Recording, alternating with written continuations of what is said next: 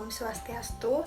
Perkenalkan, saya Nimadi Radita Purnama Putri dengan NIM 181304108 dari kelas 6A Pendidikan Biologi.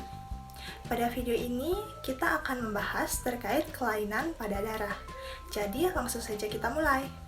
Tujuan dari praktikum ini yaitu untuk memahami terjadinya kelainan pada darah, faktor penyebab, dan cara penanggulangannya. Selanjutnya yaitu landasan teori. Darah memiliki berbagai fungsi di dalam tubuh. Namun, fungsi-fungsi dari darah ini dapat terganggu jika adanya kelainan pada satu atau lebih komponen darah. Komponen darah yaitu eritrosit, leukosit, trombosit, dan plasma darah. Gangguan pada sel darah akan mengakibatkan terhambatnya fungsi dari sel-sel darah tersebut. Jika sel darah merah atau eritrosit yang mengalami kelainan atau gangguan, maka pengangkutan oksigen dan karbon dioksida akan terganggu, sehingga tubuh akan mudah lemah. Kemudian jika sel darah putih atau leukosit yang mengalami kelainan atau adanya gangguan pada sel tersebut, maka akan menyebabkan menurunnya daya tahan tubuh, sehingga tubuh mudah mengalami infeksi. Dan jika kelainan terjadi pada trombosit atau keping darah, maka akan terjadi gangguan pada proses pembekuan darah dan dapat menyebabkan darah sukar membeku. Kelainan pada darah dapat timbul akibat faktor genetik maupun akibat pola hidup seseorang yang berisiko memunculkan kelainan pada darah. Kelainan pada darah akibat faktor genetik dapat terjadi akibat orang tua menurunkan gen yang abnormal pada anak-anaknya, sehingga mengakibatkan mutasi genetik spesifik. Kelainan pada darah dapat terjadi akibat faktor genetik yaitu seperti anemia sel sabit, hemofilia, dan trombofilis. Upaya pencegahan dan pengobatan dari gangguan sel darah akan berbeda-beda tergantung gangguan yang dialami oleh orang tersebut. Adapun alat dan bahan dalam praktikum ini yaitu yang pertama buku ajar anatomi dan fisiologi manusia dan buku sumber lain yang relevan. Kemudian yang kedua, informasi dari narasumber. Yang ketiga yaitu bacaan dari majalah, surat kabar, ataupun internet.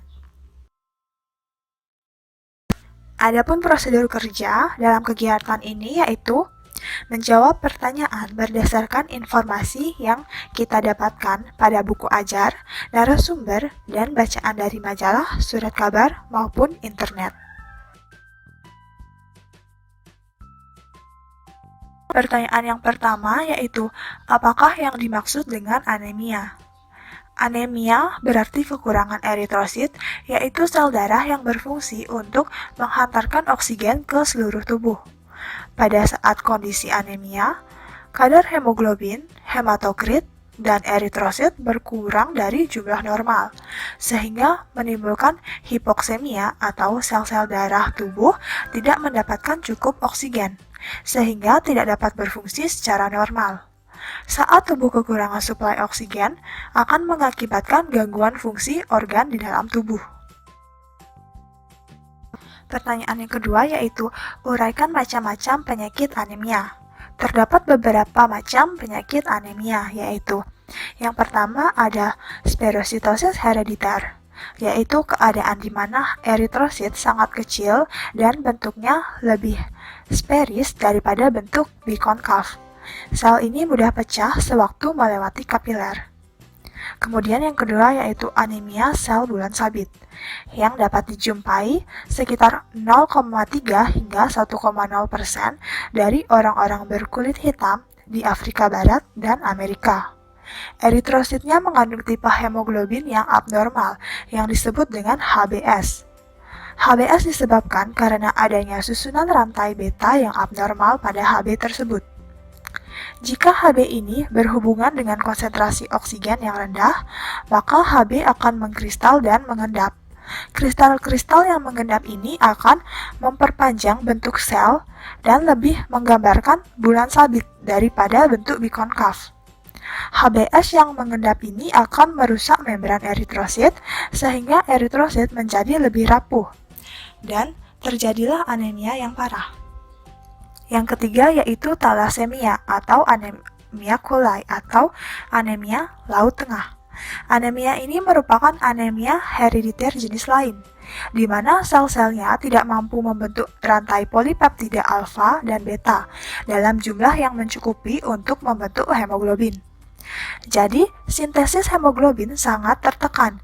Sistem hemopoiesis menanggapinya dengan membentuk eritrosit yang besar atau makrosit, tapi dengan hemoglobin yang sedikit atau eritrositnya kecil atau mikrosit dan rapuh. Eritrosit ini akan sangat mudah pecah sewaktu melewati jaringan tubuh. Dan yang terakhir ada erythroblastosis fetalis yang merupakan anemia yang disebabkan oleh eritrosit dengan RH positif di dalam fetus diserang oleh antibodi yang berasal dari darah ibu yang memiliki RH negatif. Antibodi ini menyebabkan eritrosis fetus menjadi rapuh, sehingga bayi yang dilahirkan menderita anemia yang parah. Pertanyaan yang ketiga yaitu, analisislah faktor-faktor penyebab dari masing-masing jenis anemia. Yang pertama yaitu anemia karena kehilangan darah. Setelah mengalami pendarahan, dalam 1-3 hari, tubuh dengan cepat mengganti plasma darah yang hilang, tetapi konsentrasi eritrosit masih rendah. Kemudian yang kedua, anemia aplastik. Sumsum tulang mengalami keadaan aplasia, yang berarti fungsi sumsum tulang tersebut berkurang. Misalnya, terjadi pada orang yang terpapar pada penyinaran sinar gamma akibat letakkan bom nuklir, pengobatan yang menggunakan sinar X yang berlebihan, dan zat kimia maupun obat-obatan tertentu. Yang ketiga yaitu anemia megaloblastik atau anemia karena kegagalan pematangan. Anemia ini disebabkan karena kekurangan vitamin B12, asam folat, dan faktor intrinsik dari mukosa lambung. Kemudian yang keempat yaitu anemia hemolitik. Sebenarnya ada bermacam-macam eritrosit yang abnormal, kebanyakan karena faktor keturunan, sehingga eritrosit ini sangat rapuh dan mudah pecah sewaktu eritrosit melalui kapiler, terutama sewaktu melalui limfa. Walaupun jumlahnya normal, tetapi karena eritrosit jenis ini hidupnya sangat singkat, sehingga dapat terjadi anemia yang lebih parah. Relasikanlah faktor penyebab anemia dengan cara pencegahannya. Yang pertama yaitu anemia hemolitik. Pencegahan anemia hemolitik bawaan tidak dapat dilakukan kecuali dalam defisiensi glukosa 6-fosfat dehidrogenase atau G6PD.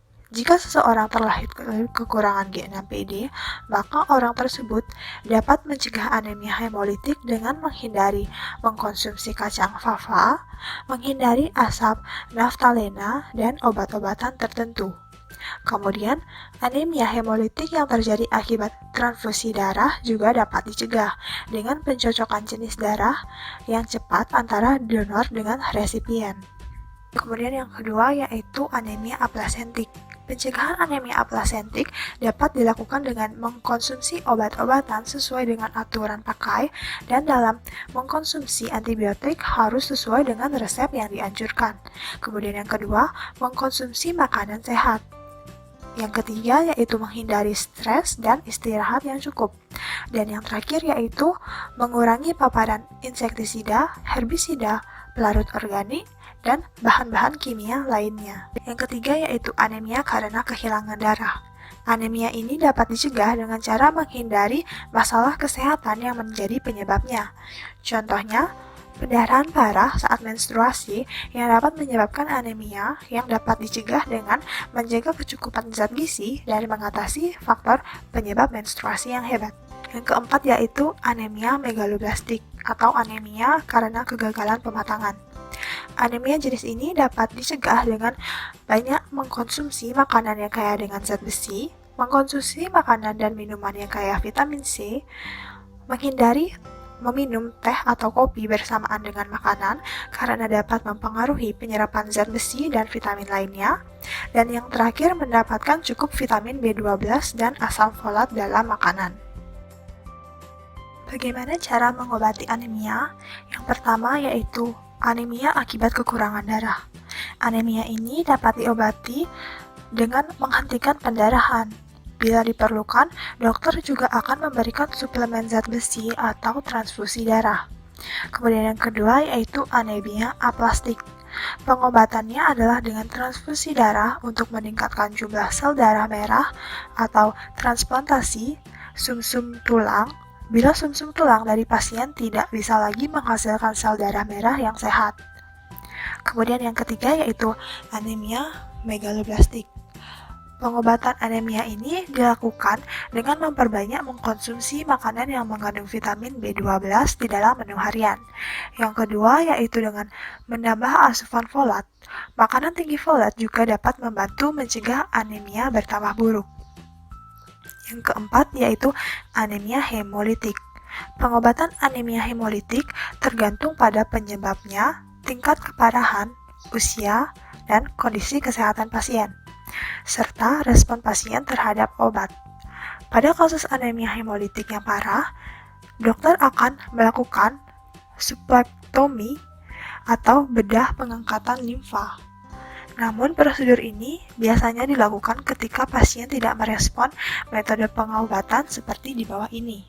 Yang pertama yaitu pemberian suplemen asam folat dan zat besi.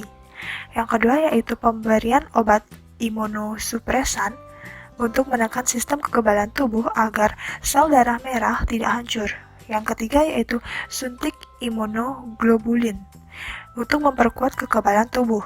Dan yang terakhir yaitu transfusi darah untuk menambah jumlah sel darah merah atau HB yang rendah pada tubuh pasien. Leukemia merupakan suatu penyakit yang ditandai oleh meningkatnya jumlah leukosit yang abnormal di dalam tubuh. Produksi leukosit yang tidak terkontrol ini disebabkan oleh mutasi yang mengarah kepada kanker dari sel leuginosa atau sel limfogenosa. Sel-sel leukemia biasanya tidak berfungsi sebagai sel leukosit biasa, sehingga tidak memberikan perlindungan kepada tubuh. Efek yang sering terjadi adalah menimbulnya infeksi, anemia berat, dan ada kecenderungan mengalami pendarahan yang disebabkan oleh kekurangan trombosit. Pertanyaan yang ketujuh yaitu, apakah penyakit ini dapat disembuhkan? Jika dapat, bagaimana caranya? Leukemia tidak dapat disembuhkan. Jaringan leukemia menghasilkan sel-sel baru dengan sangat cepat, sehingga diperlukan bahan makanan, terutama asam amino dan vitamin yang sangat banyak. Akibatnya, energi penderita sangat berkurang. Jadi, sementara jaringan leukemia tumbuh, jaringan lain bertambah lemah. Dan setelah mengalami kelaparan metabolisme yang cukup lama, akan menyebabkan kematian. Namun, pengobatan yang dilakukan dengan transplantasi sel darah pada penderita leukemia untuk menggantikan sel yang hancur akibat kemoterapi terbukti dapat menyembuhkan penyakit ini.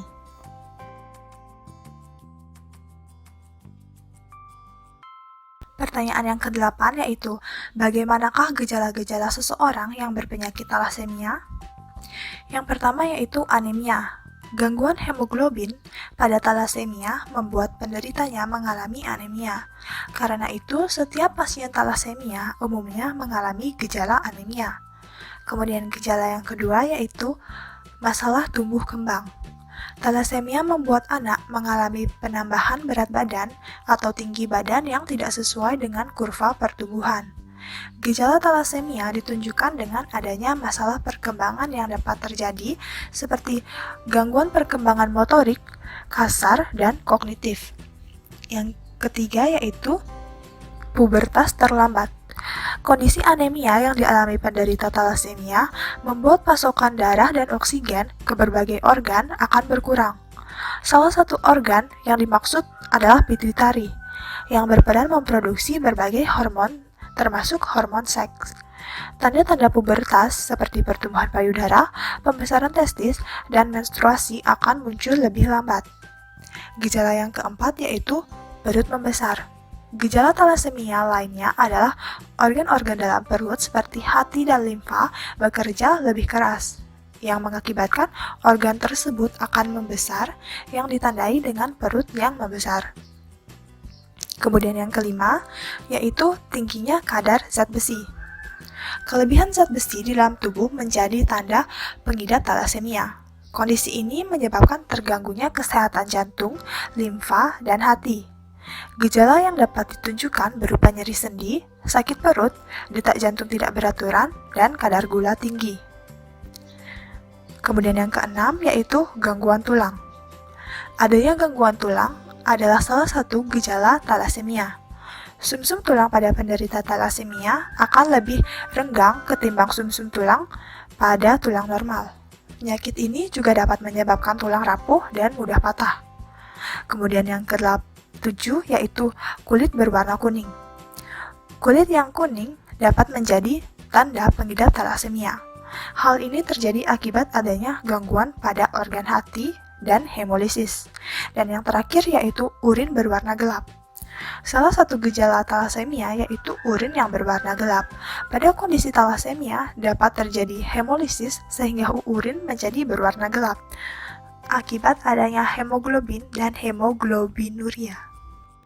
Pertanyaan yang ke-9 yaitu bagaimana cara mengatasi talasemia tersebut?